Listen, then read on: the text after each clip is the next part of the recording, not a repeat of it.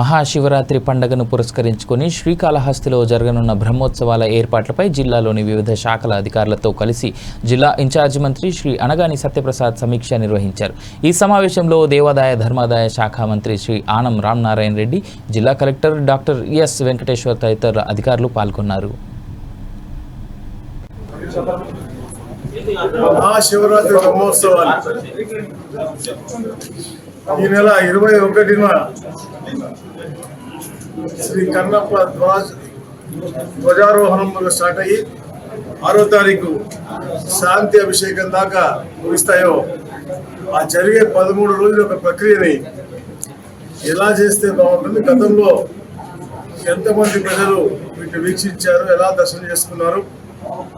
ఎలాంటి ఇబ్బంది లేకుండా పిలిగ్రిమ్స్ అందరినీ కూడా వారికి సకాలం అన్ని సౌకర్యాలు కల్పించే విధంగా ముందుకెళ్లాలని చెప్పేసి ఈరోజు గౌరవ ఎండోమెంట్స్ మినిస్టర్ అమరు రామనారాయణ రెడ్డి గారు, స్థానిక శాసనసభ్యులు సుధీర్ రెడ్డి గారు, అలాగే మా కలెక్టర్ గారు, మా ఎస్పీ గారు, మా ఆర్టీఓ గారు, కమిషనర్ గారు, ఈఓ గారు, అలాగే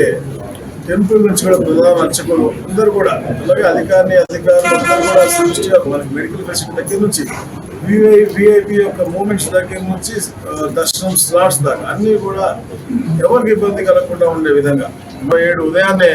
వారికి ఆ రోజు మొత్తం కూడా ఎక్కడ కూడా ₹1 కూడా ఎవరైనా తీసుకుంటే ఆ రోజు మొత్తం కూడా ఉచితంగా దర్శనం